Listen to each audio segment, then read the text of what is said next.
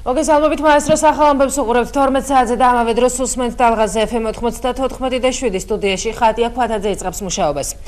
შინაგან საქმეთა სამინისტრომ ხაშურში გარდაცვლილი პატიმრის შესახებ ინფორმაცია ოფიციალურ ვებგვერდზე გაავრცელა. განცხადების მიხედვით რაიონულ სამმართველოში 27 თებერვალს ბინის ქურდობის ფაქტზე სისხლის სამართლის საქმე აღიძრა.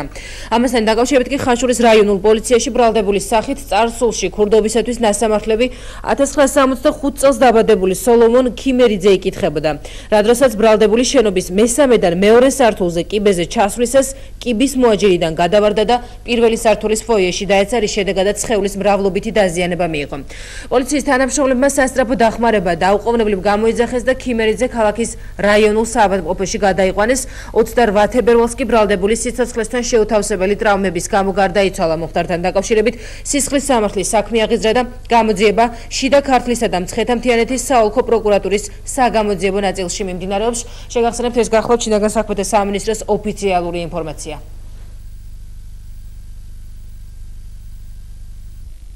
გარდაცვლილის ოჯახს კი მაესტროს გადამღები ჯგუფი გუშინ შეხვდა და გაესაუბრა. ახლობლები ფიქრობენ, რომ სოსო ქიმერიძე გაურკვეველ ვითარებაში გარდაიცვალა.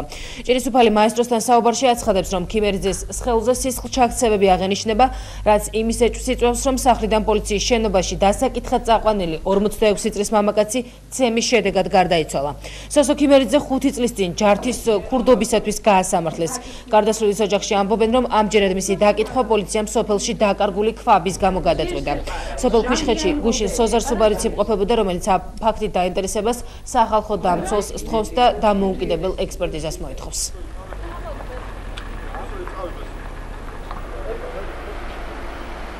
ინციდენტი არ მოხდა რა გუშინ. ადამიანი არ გადასულა? შინ არ გადასულა ადამიანი, გარდაიცვალა? საქმეზე იყო? საქმე არ გარდაიცვალა? რა მოუწია? ანუ ადამიანს გადასვლას ადასტურებს. რაღაცა დაიკარგა სოფელში და დაკითხვაზე წაიყვანეს. ანუ ნასამართლები ხო იყო და დაკითხვაზე წაიყვანეს. და ამავე 5 წუთში გამოუშვებთო ესე თქვეს. და 5 წუთში წაიყვანეს ცოცხალი და მოიყვანეს მკვდარი. ზოგი ამბობს კიბებზე დაგორდა, ზოგი ამბობს რაიონიდან გაჯმოვა. ზოგი პოლიციელები? კი, ჩვენ სადაც მოხდა ეს, ანუ ხაშურის მილიციის გაყოფილებაში. ეგენი გვეუბნებიან და ჩვენ იქ მომს არავინ არ ყოფილა, ანუ რომ დაგვენახა. გვაინტერესებს რა დაემართა ამ კაცს, საღი სალამათი გავიდა სახლიდანა და რა დაემართა. არ ვიცი, მაინც გვაინტერესებს, არ გვაინტერესებს 55 წლის კაცი რო გაისტუმრო სახლიდან ცოცხალი და მკვდარი მოგიყვანო, როგორ არ გვაინტერესებს. ტანზე აი ფეხებზე აქვს ისინი სულ ამოკვეჩილები აქვს ფეხებზე. მუცელი გაჭრილი აქვს ახლა ეგა ის ვის ქონდა, ღვიძლი ქონდა ჩათქვეფილიო შიგნით ექიმს სუთქვია და დალურჯებულები აქვს, ალაგ-ალაგ დალურჯებული. თავი აქვს კიდე ხო შეკერილი თავი. ეჭვი არსებობს კი არა, შეგვიძლია დადასტურებულად თქვათ, რომ ადამიანი არის ნაწამები და წამების დროს შემოაკვდათ ხელში. ეხლა ლაპარაკი იმაზე, რომ საიდანღაც გამოხდა არის ზღაპრები, რომლითაც დღეს აღარავის აღარ სჭირა.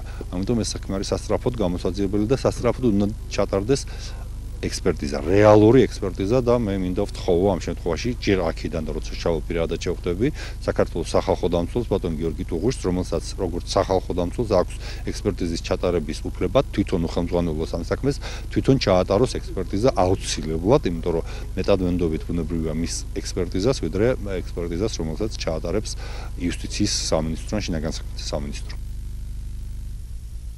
საფუძვლიანია გარდაცვლილი პატიმრის ოჯახის წევრთა ეჭვები და რა მოხდა რეალურად ხაშურის პოლიციის შენობაში. ამის გარკვევას მაესტროს ჟურნალისტები გუშინ პარლამენტში პრეზიდენტის გამოსვლის მოსაცმენად მისულ მინისტრთან შეეცადნენ, თუმცა ვანო მერაბიშვილმა მაესტროს შეკითხვა უპასუხოდ დატოვა. ტელეკომპანია მაესტრომ შემოიტანა შინაგან საქმეთა სამინისტროში განცხადება. ბატონო ვანო. თუ შეიძლება რა გითხრათ, შეუძლიათ ერთ-ერთი ოპოზიციონერი დეპუტატი საუბრობდა იმაზე, რომ ხაშურში პოლიციის შენობაში დაიღუპა ერთ-ერთი ერთმეტანები. რას უპასუხებთ იმ ადამიანებს, რომლებიც საუბრობენ, რომ პოლიცია არის პოლიტიზებული. ბატონო ვანო, პოლიტიკური დებატი კი საკანონმდებლო ორგანოში გუშინ გვიან ღამით დასრულდა, თუმცა ვიდრე მის შეფასებით ნაწილზე გადავიდოდეთ მის მთავარი გზავნილები და საკვანძო მომენტები, როგორც პრეზიდენტის გამოსვლისთან, ისე პოლიტიკური დებატიდან. უმცირესობის წარმომადგენელთა ნაწილის გამოსვლა პრეზიდენტთან პაექრობით დასრულდა. ფრაქცია ერთობა სამართლიანობისათვის წევრმა დეპუტატმა გიორგი ცაგარეიშვილმა პრეზიდენტს მისი სიტყვებით რეალობაში დასაბრუნებლად დამდიდრებული მინისტრების სახლების ფოტოები გადასცა, საპასუხოდ კი საქართველოს პრეზიდენტმა მას გაიშნიკი უწოდა. მიხეილ სააკაშვილის განცხადებით ცაგარეიშვილი უბრალო გაიშნიკი იყო და რამდენ ფულსაც ისაკეთებდა წლის განმავლობაში, ადეიშვილი რამდენიმე წლის ხელფასით ვერ დააგროვებდა. ურთიერთშეურაცხყოფით დასრულდა ჯონდი ბაღათურიასა და პრეზიდენტის შეკამათებაც. ქვეყნის პირველმა ოპოზიციონერ დეპუტატს სულელი ბრიყვი ტალახში ამოსრული უწოდა, რომელსაც ხელისუფლებაში მისი სიტყვებით მართლა არაფერი ესაქმება. პრეზიდენტის ეს რეაქცია კი პოლიტიკური დებატისას ჯონდი ბაღათურიას გამოსვლას მოჰყვა, რომელმაც მიხეილ სააკაშვილი და მისი ოჯახი ბიზნესის, სარეკლამო ბაზრის, წიაღისეულისა და სხვა სექტორების მფლობელობაში დაადანაშაულა. ბაღათურიას გამოსვლისას პრეზიდენტმა სხდომათა დარბაზი რამდენიმე წუთით დატოვა.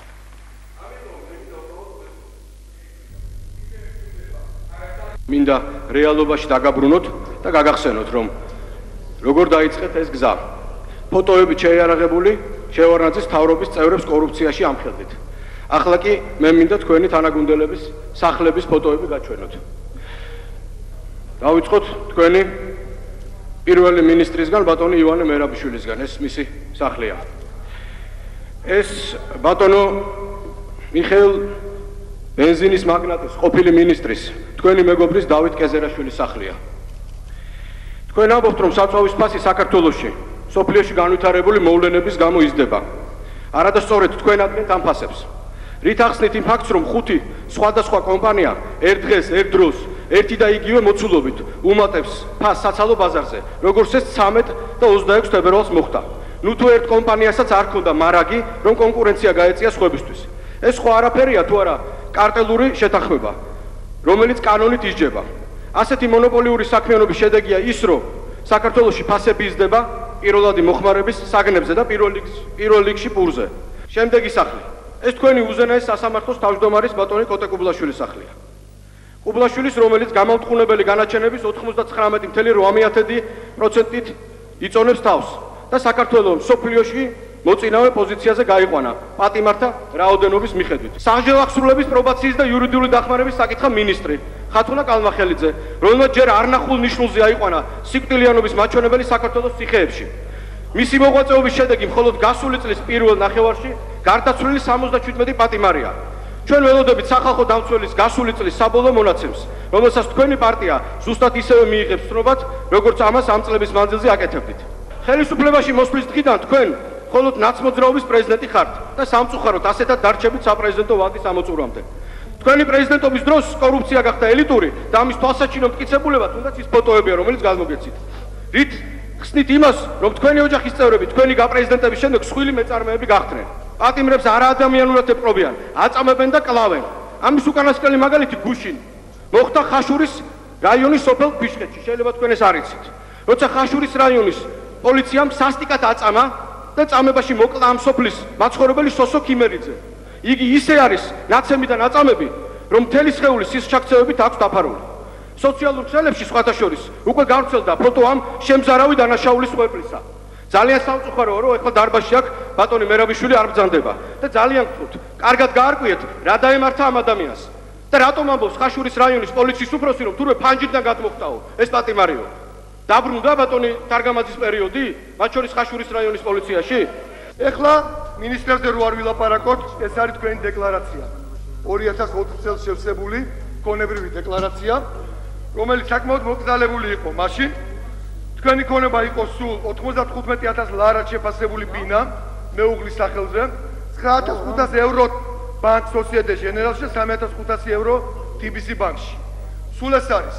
სხვა არანაირ ბიზნეს და შემოსავალს არ თქვენ და არ თქვენი ოჯახის წევრები არ გლოვდით. თქვენი მამა ერთი ჩვეულებრივი, როგორც ამბობენ, კვალიფიციური ექიმი იყო, თქვენი დედა ასევე ერთი ჩვეულებრივი მეცნიერ მუშაკი იყო. ხოლო თქვენი ძმები ასევე არანაირ ბიზნეს და სხვა ტიპის რაიმე შემოსავლეს არ გლოვდნენ. დღეს თქვენ ხართ ერთ-ერთი უმდიდრესი ადამიანი საქართველოში. თქვენ ფლობ და აკონტროლებ ნუკლირი ხართ, აკონტროლებ ნავთობის და ოქროს საბადოებს და საქართველოს თითქმის ყველა წიაღისეულ სიმდიდრეებს. მთლიანად აკონტროლებს საწვავის ბიზნესს, სარეკლამო ბიზნესს, ფლოთ მედია მაგნა ტელეკომპანია რუსთავი 2, რომელიც თქვენს კლასელზე გაქვს გაფორმებული. თქვენი მამა არის საქართველოში ყველა ბალნეოლოგიური კურორტის მფლობელი, ხოლო თქვენი დედის საკუთრებაშია უმსხვილესი ბიზნესი, უმაღლესი განათლების სფეროში. ეს არის საქართველოს ტექნიკური უნივერსიტეტი, ყოფილი გპ-ის. ბატონო ჯონდეს. მაშინ დრო დამიმატო. არა, კი, დაგიმატებია. არა, ერთი რაღაცა მათქვევია თქო. მამა ჩემი ბალნეოლოგიის მფლობელი არ არის, მაგრამ დირექტორი ნამდვილად არის, აქვედან არის 300 მეტრში. ტალახში გორაობა არის თქვენი ბუნებრივი მდგომარეობა. მაგრამ ისეთი შეურაცხყოფა არ მოგიყენები, აბა რას აკეთებ ბოლოსად ბაბა. ისეთი მაგარი ტალახია. აქედან გთხოვთ მანდატურებით წამყვებიან, გავამზადებიან კარგ აბაზანას, ჩაგაწვენენ ბოლომდე ტალახში, ოღონდ ნამდვილად ხარისხიაში და კარგად დაგზილავენ როგორც საჭიროა და გაგიulis ყველა ეს ფანტაზია თავიდან ბოლომდე. აი ეს არის თქვენი ძილობა. აი ეს არის თქვენი ტაქტი. ჯერ გამოგზავნდით და აქედან იწევლებოდით, რომ საავადმყოფოებში უნდა დაწვეთ ყველა ოპოზიციონერი მისთან მეთანხმებით და აი ახლა თქვენ ტოვებთ დარბაზს. ეს არის თქვენი ტაქტი და მოთმინება ოპოზიციას და სიმართლის მოსმენის. ბატონებო, ახლა მაყურებელს ვეუბნები, პრეზიდენტმა დატოვა პროტესტის ნიშნად დარბაზი. ბატონებო, ყველაზე საინტერესო ის არის, რომ მთელი ეს ქონება, აქონების დიდი ნაწილი დაგროვებულია პრეზიდენტის განკარგულებებით, რომლის მიხედვითაც სახელმწიფო ქონება პირდაპირ გადადიოდა პრეზიდენტის და მისი ოჯახის წევრთა მფლობელობაში. სამუშაო და ბიზნესი არის მხოლოდ ხელისუფლების წევრთა პრივილეგია. ნუ ყვირი ხარ. და ბოლოს თქვენ დააცადეთ. ეს არის დემოკრატია, ძიმე სისტემა. ორჯერ მიტაცეთ ძალაუფლება. ერთხელ აქ ამ დარბაზში შემოიჭერით 2003 წელს, მერე არჩევნები გააყალბეთ 2008 წელს. მიმაჩნია რომ ჩვენი მატერიალური მდგომარეობა, ჩემი მატერიალური მდგომარეობა გავიმუჯობესე ბოლო 8 წლის განმავლობაში. იცით რის ხარჯია? საქართველოს სრული კაპიტალიზაცია იყო 8 მილიარდი ლარი. ეხლა არის 24 მილიარდი. რეალურად აქ რა თქმა უნდა ამ კლოუნადის უკან ეს უბრალოდ ჩვეულებრივი ის კი არა, რა თქმა უნდა ამას თვითონ არ შეიძლება რას ლაპარაკობენ. თავარი რაც იმალება, რომ ეს ხალხი ცდილობს დაბრუნდეს საქართველოს მთავრობაში. ეს ხალხი ცდილობს რომ ხელახლა ხელები მოიფშნიტოს და ძარცვოს საქართველოს, ხელახლა საქართველოს მოაჯდნენ თავზე სისხლის წოველებად, ხელახლა დაიღოს საპენსიო ფონდები, ხელახლა გაფლაგო ბიუჯეტი, ხელახლა ტელეეკონომიკა გადაიყვანოს ჭtildeში და სიბნელეში. აი ეს არის რაც მათ ვერც კი მათთვის ჩვენ ვარსებობთ. ეხლა მართლა ვინმე ჯერა რომ მანომერაბიშვილს აქ სახლი, მაგრამ და თვითონაც არ ჯერათ, რა თქმა უნდა, ძალიან კარგად იცი რომ სრული სისულელეა. მაგაში არ არის საქმე. საქმე არის იმაში რომ მათთვის ჩვენ რო ვარსებობთ ზურაბადეიშვილი ვისახლეს და ვისახთანაც აპირებდა მიტინგის ჩატარებას და ვერ იპოვეს სახლებით რომ მამამის შალვას რაც აქვს სავხოზის დირექტორობის დროს აშენებული, იმის შემდეგ ხვალტო ჩამოწვიდა იმ ხალხს ბათქაში. როგორ შეიძლება აი მათი წარმოდგენით და ბაღათურიას ტვინით და მეორე სუბიექტის ვინც გამოვიდა იყო ადამიანი რამდენიმე წელი იუსტიციის მინისტრი, გენერალური პროკურორი და მამაშენის სახს ერთი აგური არ მიამატო, ეს არის ფარჩაკის სულელი ბრიყვი, რომელსაც მართლა არაფერი არ ესაქმება ხელისუფლებაში. აბა ასეთ ადგილს გააცდენ და ადამიანი? წარმოიდგინე, უბრალოდ გაიშნიკი იყო ეს ერთი აქ გამოსული და ის რასაც აკეთებდა წელიწადში, იმან ადეიშვილი ხელფასი ყველა რო დაამატოს, რამდენიმე წლის იმდენი არ გამოვა. და ვერ წარმოუდგენია რა. ვალო მერაბიშვილი, როგორი გაღლეტილიც იყო, როცა გავიცანი, როცა მამამისის კამაზით იყო თელი მათი ოჯახი შემოსავალი. მე ჭმაკ ისეთივე გაღლეტილია დღეს. ვალო მერაბიშვილის სახლი და მე ვნახე დედამისი ამასი და ცხოვრობს იმავე სახლში და იმავე პირობებში, როგორც ცხოვრობდნენ მაშინ, სადაც ვანო იზრდებოდა. მაგრამ იცით რა ხდება? იმ სახლიდან 200 მეტრში შენდება რაბათის ახალი ციხესიმაგრე.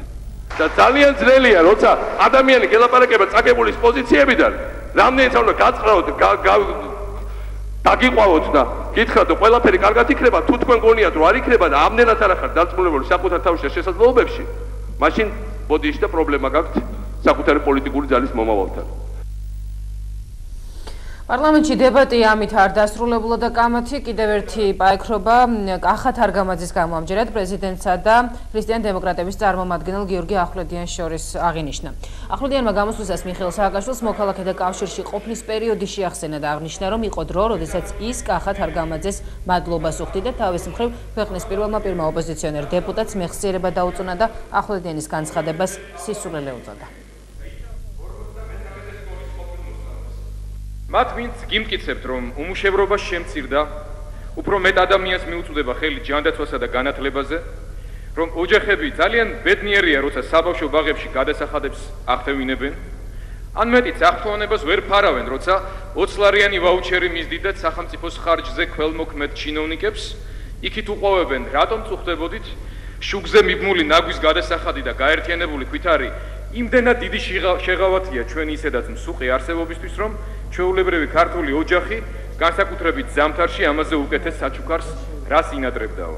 მოკლედ გააჩნია პოლიტიკასა და კონკრეტულად ამ დებატებში ვის წარმოადგენს. დღეს მე აქ წარმოადგენ 13 წლის მიხეილ ალექსიძის ოჯახს, 53 სკოლის ყოფილ მოსწავლეს, სტიქაროსანს, საოცრად პატიოსან, ნიჭიერ და კარგად აღზრდილ ახალგაზრდას, რომელსაც დირექტორ ტარას შავიშვილის ახირებით ჩვენმა ეფექტურმა, მაგრამ უსამართლო სახელმწიფომ კონსტიტუციით გარანტირებული უფლების დარღვევითა და სახალხო დამცვების უმწვავესი რეკომენდაციის უგულებელყოფით ფაქტობრივად განათლების მიღება აუკრძალა.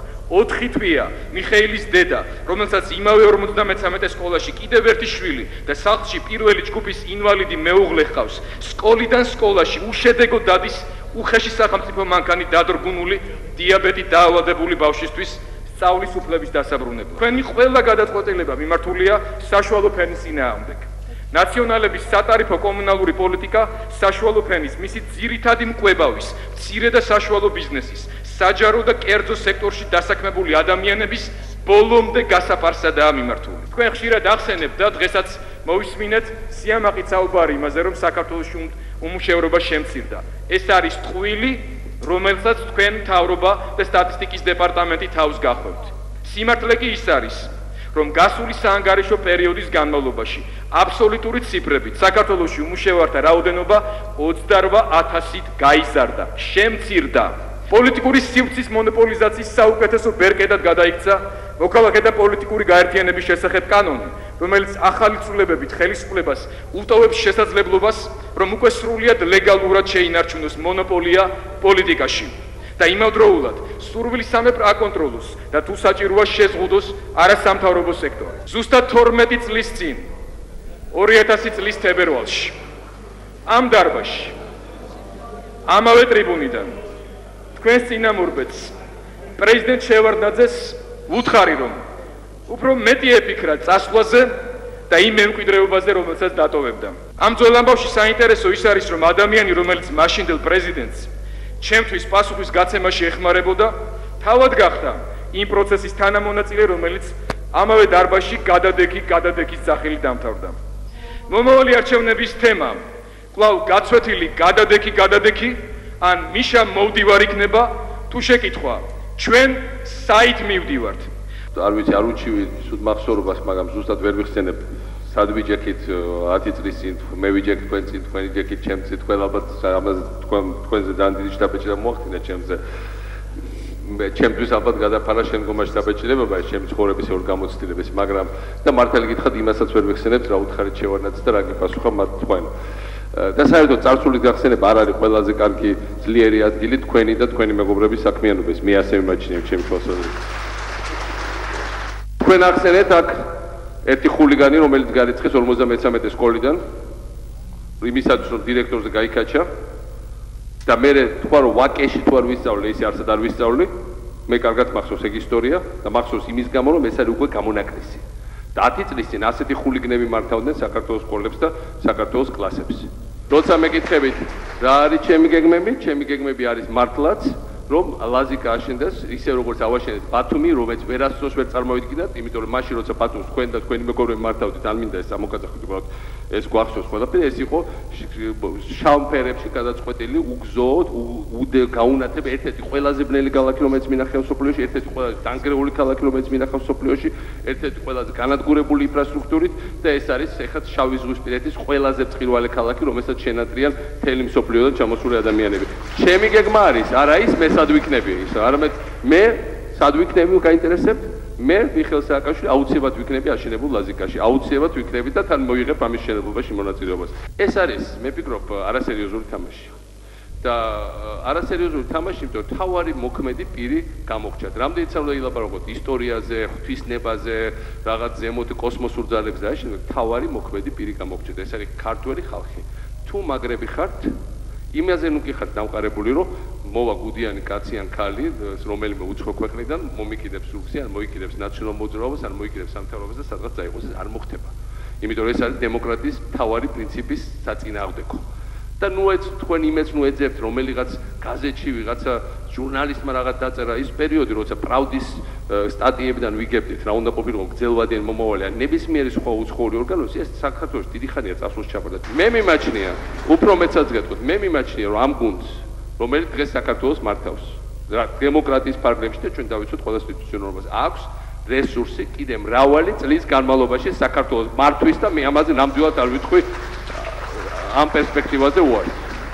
ბრძანეთ, მიხეილ ალექსიძე არის კრიმინალიო. არ არის ბატონო მიხეილ ალექსიძე კრიმინალი. ის არის პატრიარქის ტიქაროსანი. და კრიმინალი არის სწორედ ის დირექტორი, რომელმაც ისეთი რამ ჩაიდინა და დღესაც იმ მდგომარეობაში ამყოფებს ამ ბავშვს, რომ კონსტიტუციით განსაზღვრული და მინიჭებული სწავლის უფლება წართმეულია ამ ბავშვს, იმიტომ რომ ვაკეში კი არა მარტო, ყველა სკოლა ეუბნება მას უარს მიღებაზე, რომ თურმე კრიმინალი არ უნდა. თქვენ ხუთი ძირითადი კომპონენტი დაასახელეთ თქვენი ინიციატივებისა. და მეც მინდა დავიწყო იმით, რომ ხუთი ძირითადი მიზეზი დავასახელო. თუ რატომ აღარ უნდა იყოს ნაციონალური მოძრაობა ხელისუფლებაში, სააკაშვილის ხელისუფლებამ არასდროს კეთილდღეობა ვერ მოუტანა ქართველ ერს. ასობით ათასი ადამიანი კიდევ უფრო გააღატაკა, გაამათხოვრა და სიღარიბის გვარსვიმა პროგრამაში ჩასვა. მე გეტყვით, მაგალითისათვის გეტყვით. გეტყვით, რომ რამდენიმე წლის წინ შეიქმნა ეს სიღარიბის გვარსვიმა პროგრამა. დიახ, იმედი გაჩნდა იმისა, რომ ათასობით და ასობით ათასი ადამიანი, მილიონი ადამიანი აღმოჩნდებოდა სოციალურად დაცვის მექანიზმების ქვეშ და ეს იმედი ნამდვილად იყო, ეს ნამდვილად კარგი იყო. მაგრამ რა ხდება დღეს? დღეს ეს იმედი ათასობით ადამიანისათვის თვალსა და ხელშუა ქრება. და მინდა კითხოთ ბატონო მიხეილ, უკაცრავად, მაგრამ ერთი კითხვა არ გაგიშათ, როდესაც ტყიბულში ხვდებოდით მოსახლეობას, სად არის ის ასობით რეგრესის პენსიონერი, წარმოებით დაზარალებული ადამიანი, რომელიც 2 თვის განმავლობაში ქალაქის ცენტრში კარავში ცხოვრობდა, წვიმაში, დელგმაში, თოვლში, თავისი კომპენსაციებისა და დავალიანების გასტუმრების მოთხოვნით? მესამე მიზეზი, რატომაც არ უნდა დაუჭიოთ ხარი სააკაშვილის მთავრობას, არის ის, რომ დღიდან ხელისუფლებაში მოსვლისა, ამ ხელისუფლებამ ქვეყნის განვითარების პრიორიტეტები განსაზღვრა არასწორად. წლების განმავლობაში არავის ახსოვდა ამ ქვეყანაში ეკონომიკა, საწარმოები, მცირე და საშუალო ბიზნესის ხელშეწყობა. სიტყვა უმუშევრობა ნაციონალური მოძრაობის ლექსიკონში, ბატონებო, გაჩნდა მხოლოდ 3 წლის წინ. მაშინ, როდესაც კუნთების თამაშმა საერთოდ საბოლოო ჩაილური წყალი დალია. გაურკვეველი რჩება, ხალხო, რა დააშავეს იმ ადამიანებმა და იმ ფერმერებმა, რომელსაც 2-ან მეტი ჰექტარი ჰქონდათ. ან რა დააშავეს იმ ოჯახებმა, რომლებაც გააერთიანეს თავიანთი თითო ჰექტარი კოოპერაციაში, ზედმიწევნით შეასრულეს სოფლის კორპორაციის ყველა რეკომენდაცია და რამდენიმე ათასი ლარი მაინც დღეს დავალიანება აქვს დაგროვილი და ამასაც ყოველდღიურად საურავები ემატება. ყოველდღიურად ხელისუფლება ამ ადამიანებს, აი ზუსტად 1 წლის წინ, აი ამ ტრიბუნიდან ხპირდებოდა, რომ ოღონდ ეს სიმინდი დათესეთ ჰიბრიდული და ის ქვაზეც ამოგივარ ყანაშიო. დღეს მართლა გეუბნები, ამ ადამიანების აბსოლუტურ უმრავლესობას ყანაში ქვის მეტი არაფერი არ დარჩა. და მალე